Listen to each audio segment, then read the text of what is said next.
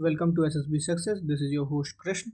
Today we are going to discuss about a new topic, population and demographic challenges in India.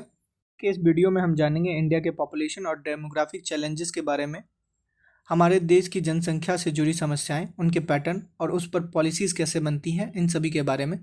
पहले हम देखते हैं हमारी overall population का स्नैपशॉट क्या है। इंडिया ने अब चाइना को क्रॉस कर लिया है इन टर्म्स ऑफ पॉपुलेशन। यह यूनाइटेड नेशन की 2022 की रिपोर्ट है। हमारी कंट्री दुनिया के सिर्फ 2.4% एरिया में है, लेकिन यहाँ पॉपुलेशन 18% से ज़्यादा है। अब एज स्ट्रक्चर की बात करें तो 65% लोग वर्किंग एज ग्रुप में हैं, जो कि 15 to 64 ईयर मानी जाती है। यह डेमोग्राफिक डिविडेंड है, यानी जवान लोग जो काम कर सकते हैं। अगर मीडियन एज की बात करें तो 28 ईयर्स है, मतलब आधे लोग 28 ईयर्स से कम उम्र के हैं। अगर सेक्स रेशियो की बात की जाए तो 943 फीमेल पर 1000 मेल है, जो कि 2011 के सेंसस डाटा के अनुसार है। अगर हम लाइफ एक्सपेक्टेंसी की बात करें, आज़ादी के वक्त यह 32 ईयर्स की थी, अब 2019 में 70 ईयर्स की हो गई है। इसका मतलब हेल्थ केयर इम्प्रूव हुआ है। हम बात करते हैं TFR की, जो कि टोटल फर्टिलिटी रेट है। यह एक इम्पॉर्टेंट इंडिकेटर है जिससे हम पॉपुलेशन ग्रोथ का फ्यूचर एस्टिमेट लगा सकते हैं। इसका मतलब होता है कि एक महिला के कितने बच्चे होने की संभावना है ऑन एवरेज। इंडिया में TFR अब 2.0 तक गिर गया है, जो पहले 2.2 था। अगर हम रिप्लेसमेंट लेवल की बात करें तो वह 2.1 होता है, मतलब जितने लोगों की मृत्यु हो रही है उतने ही लोग पैदा हो रहे हैं। बट हर जगह सिचुएशन सेम नहीं है। बिहार का TFR अभी भी हाईएस्ट है, जो कि 3.0 है। केरला का TFR सिर्फ 1.8 है। यह ग्रोथ के बहुत ही नीचे है। अब हम बात कर रहे हैं एक बहुत सेंसिटिव और सीरियस इशू की, एडोलेसेंट फर्टिलिटी, यानी किशोर अवस्था में प्रेगनेंसी होना। पहले बेसिक समझते हैं हम इसके बारे में। एडोलेसेंट का मतलब होता है 10 से लेकर 19 साल के बीच के लड़के लड़कियां। एडोलेसेंट फर्टिलिटी रेट का मतलब है कि 15 साल से लेकर 19 साल की लड़कियों में कितनी लड़कियां मां बन रही हैं या प्रेगनेंसी फेस कर रही हैं। अगर हम NFHS की डाटा को देखें तो इलिटरेट एडोलेंस गर्ल्स की फर्टिलिटी रेट 33.9 है और लिटरेट एडोलेसेंट गर्ल्स की सिर्फ 11.0। यह एक क्लियर मैसेज है, जहां एजुकेशन नहीं होती वहां अर्ली प्रेगनेंसी का रिस्क 3 गुना बढ़ जाता है। अगर हम कुछ प्रॉब्लम्स की बात करें तो school drop out one of the major problem है। बहुत सी लड़कियां स्कूल छोड़ देती हैं क्योंकि गरीबी की वजह से वह पढ़ाई अफोर्ड नहीं कर सकती। लड़के लड़कियों में भेदभाव भी होता है। स्कूल जाने में सुरक्षा की दिक्कत होती है। पीरियड्स के टाइम उनके पास सफाई और हाइजीन की सुविधा नहीं होती। अगर हम दूसरे मेजर प्रॉब्लम्स की बात करें तो चाइल्ड मैरिज अभी भी भारत में एक कुप्रथा बनी हुई है। कई जगह लड़कियों की शादी 18 साल से पहले कर दी जाती है। इसका यह नतीजा होता है कि जल्दी प्रेगनेंसी, माँ और बच्चों में हेल्थ रिस्क आ जाना, लड़की की पढ़ाई वहीं रुक जाना। अगर हम इसका हेल्थ इम्पैक्ट समझे तो कम उम्र की माँओं के बच्चे अक्सर कम वजन से पैदा होते हैं। यंग मदर्स में जान जाने का खतरा ज़्यादा होता है। यह सब मिलकर माल न्यूट्रिशन का चक्रव्यूह बना देता है। माँ भी कमज़ोर और बच्चा भी। WHO और UN भी रिकमेंड करता है कि गर्ल्स की मिनिमम एज फर्स्ट प्रेगनेंसी के समय 20+ होनी चाहिए। गवर्नमेंट ने एडोलेसेंट फर्टिलिटी और गर्ल्स एजुकेशन से जुड़ी प्रॉब्लम्स को सॉल्व करने के लिए कई स्कीम लॉन्च की हैं। सबसे पहले राष्ट्रीय किशोर स्वास्थ्य कार्यक्रम 2014 में लॉन्च किया गया, जिसका फोकस 10 से 19 साल के लड़के लड़कियों की हेल्थ पर है। इसमें reproductive health, mensuration, mental health जैसे टॉपिक्स कवर किए जाते हैं और इसे आशा वर्कर, ANM और स्कूल टीचर्स के थ्रू इम्प्लीमेंट किया जाता है। दूसरा, बेटी बचाओ बेटी पढ़ाओ का मेन टारगेट है लड़कियों की एजुकेशन और चाइल्ड मैरिज को रोकना। यह women and child development, health और एजुकेशन मिनिस्ट्रीज के कोलैबोरेशन से चलता है। नेशनल एजुकेशन पॉलिसी 2020 ने प्रॉमिस किया है कि 2030 तक सब बच्चों का सेकेंडरी स्कूल कंप्लीट हो, जिसमें जेंडर इंक्लूजन फंड भी बनाया गया है। स्कीम फॉर एडोलेसेंट गर्ल्स का फोकस है न्यूट्रिशन, हेल्थ चेकअप्स और लाइफ स्किल ट्रेनिंग्स, स्पेशली उन लड़कियों के लिए जो स्कूल नहीं जा रही हैं। यह आंगनवाड़ी सेंटर्स के थ्रू चलाया जाता है। पोषण अभियान भी एडोलेसेंट गर्ल के न्यूट्रिशन को इम्प्रूव करने के लिए इम्पॉर्टेंट है, जिसमें BMI, एनीमिया और आयरन सप्लीमेंट पर फोकस किया जाता है।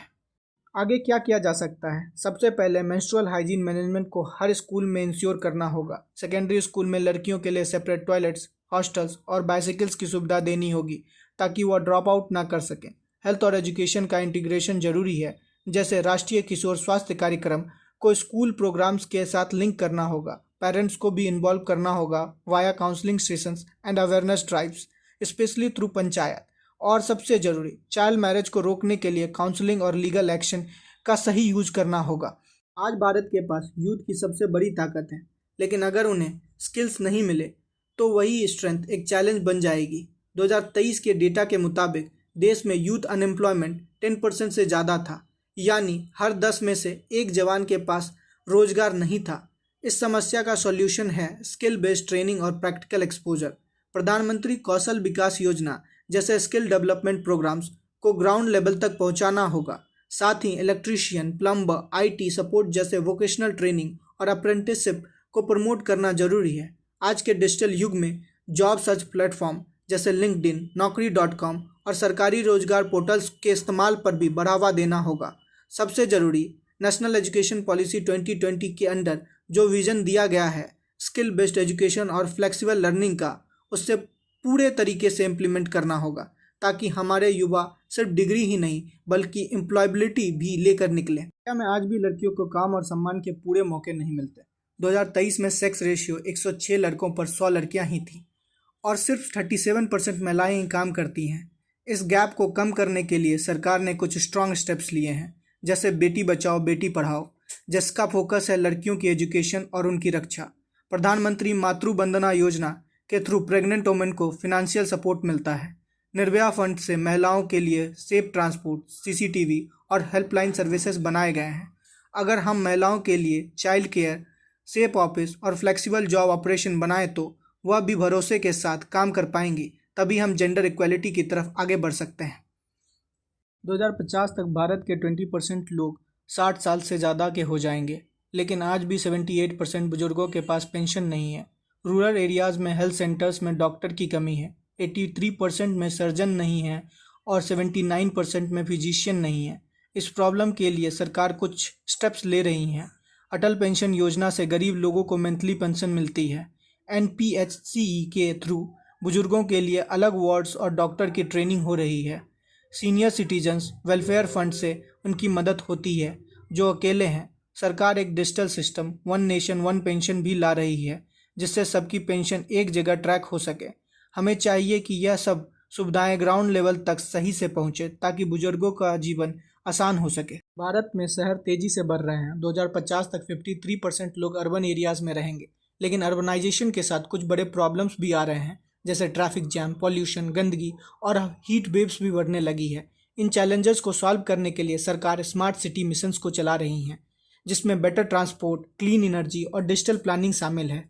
साथ ही हीट एक्शन प्लान्स बनाए जा रहे हैं, जहां हीट वेव्स प्रोन एरियाज पर फोकस किया जा रहा है। जैसे दिल्ली में अर्बन हीट मैप्स बन रहे हैं, जिससे हाई रिस्क जगह पर कूलिंग सिस्टम, शेड और वाटर पॉइंट्स लगाए जा सके। आगे के लिए हमें green building, solar panels, rain water harvesting और मेट्रो जैसी सस्टेनेबल इंफ्रास्ट्रक्चर को बनाना होगा, ताकि सिटीज़ रहने लायक रहें और क्लाइमेट फ्रेंडली बनी रहें। आज भी भारत में हेल्थ प्रॉब्लम सीरियस हैं, खासकर महिलाओं और बच्चों के लिए। माल न्यूट्रिशन हाई है और एक तरफ टीबी, मलेरिया जैसे कम्युनिकेबल डिजीज़, दूसरी तरफ डायबिटीज़ और बीपी जैसे लाइफस्टाइल डिजीज़ भी बढ़ रहे हैं। इन चैलेंजेस के सॉल्यूशन के लिए सरकार ने कुछ इफेक्टिव कदम उठाए हैं। Family planning logistic management system से कॉन्ट्रासेप्टिव का टाइमली सप्लाई इंश्योर होता है। आशा वर्कर्स को ट्रेनिंग, इंसेंटिव और टूल्स मिल रहे हैं, ताकि वह ग्राउंड लेवल पर वोमेन और फैमिलीज़ को गाइड कर सके। आयुष्मान भारत के हेल्थ एंड वेलनेस सेंटर्स में reproductive health services, free medicine और डायग्नोस्टिक मिलते हैं।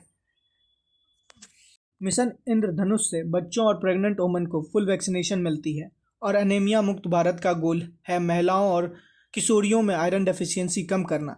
इन एफर्ट्स के जरिए हेल्थ सर्विस सब तक पहुंच रहे हैं, लेकिन रूरल एरियाज़ में एक्सेस और अवेयरनेस और बढ़ाने की ज़रूरत है। इंडिया के नॉर्थ और साउथ रीजन्स के बीच पॉपुलेशन और डेवलपमेंट इंडिकेटर्स में काफ़ी फ़र्क है। नॉर्थ इंडिया के स्टेट जैसे बिहार, यूपी में अभी भी फर्टिलिटी रेट ज़्यादा है, लड़कियों की स्कूलिंग कम है और हेल्थ इंडिकेटर्स वीक हैं। वहीं साउथ इंडिया के स्टेट जैसे केरला और तमिलनाडु में पॉपुलेशन ग्रोथ कंट्रोल में है, education, health care services better हैं। अगर हम मैप्स में देखें तो total fertility rate, infant mortality rate, gross enrolment ratio में क्लियर गैप दिखाई देता है। सॉल्यूशन यह है कि नॉर्थ में लड़कियों की स्कूलिंग, हेल्थ अवेयरनेस और वुमेन लेड फैमिली प्लानिंग पर ज़्यादा फोकस किया जाए। हर रीजन की प्रॉब्लम अलग है, इसलिए पॉलिसी भी रीजन स्पेसिफिक होनी चाहिए ताकि हर जगह की डेवलपमेंट में बैलेंस हो। भारत के पॉपुलेशन चैलेंजेस को सॉल्व करने के लिए एक टाइम बेस्ड प्लानिंग जरूरी है। शॉर्ट टर्म में फोकस होना चाहिए फैमिली प्लानिंग, एडोलेसेंट हेल्थ और क्लाइमेट हीट रिस्क पर। इसके लिए सरकार family planning, logistic management, information system का यूज करे, राष्ट्रीय किशोर स्वास्थ्य कार्यक्रम को स्कूल और क्लिनिक्स के साथ लिंक करे और हीट एक्शन प्लान्स को सिटी में एक्सपेंड करे। मीडियम टर्म के लिए गोल होना चाहिए स्किल डेवलपमेंट, एल्डर केयर और जेंडर इंक्लूजन। यहाँ नेशनल एजुकेशन पॉलिसी के रिफॉर्म्स, बुजुर्गों के लिए होम्स, हेल्थ केयर सेंटर बनाना और जेंडर बजटिंग को हर स्कीम में अप्लाई करना इंपॉर्टेंट होगा। अगर हम लॉन्ग टर्म में देखें तो फोकस रहेगा balanced regional development, healthy ageing, eco friendly cities बनाने पर, साथ ही डिजिटल इंक्लूजन को बढ़ावा देना और डिलिमिटेशन, पॉपुलेशन के हिसाब से पार्लियामेंट्री सीट रीडिस्ट्रीब्यूशन पर नेशनल एग्रीमेंट बनाना भी जरूरी होगा। आज भारत एक डेमोग्राफिक क्रॉस रोड पर खड़ा है। एक तरफ हमारे पास यंग पॉपुलेशन का पावरफुल एडवांटेज है, लेकिन दूसरी तरफ हमें ageing population, gender inequality, urban crowding और क्लाइमेट क्राइसिस जैसे बड़े चैलेंजेस का भी सामना करना है। इसलिए अब ज़रूरत है एक हॉलिस्टिक अप्रोच की, जिसमें health, education, skill development, gender equality और अर्बन प्लानिंग सब कुछ एक साथ हो। हर स्टेट के लिए अलग स्ट्रैटेजी बनानी होगी, क्योंकि हर रीजन के लिए प्रॉब्लम अलग है। सेंटर स्टेट कोऑर्डिनेशन और डेटा बेस्ड पॉलिसी मेकिंग से ही प्लानिंग पॉसिबल है। और जब हम मैप, चार्ट्स और विजुअल टूल्स का यूज़ करते हैं तो पॉलिसीज़ और समझने में भी आसानी होती है और इम्प्लीमेंट करने में भी। अभी एक्शन लेने का वक्त है, फ्यूचर हमारे डिसीजंस पर डिपेंड करेगा। अगर आपको यह वीडियो पसंद आई है तो लाइक कीजिए, कमेंट कीजिए, शेयर कीजिए और इसी तरह के वीडियो को देखने के लिए सब्सक्राइब कीजिए। तब तक के लिए जय हिंद, जय भारत।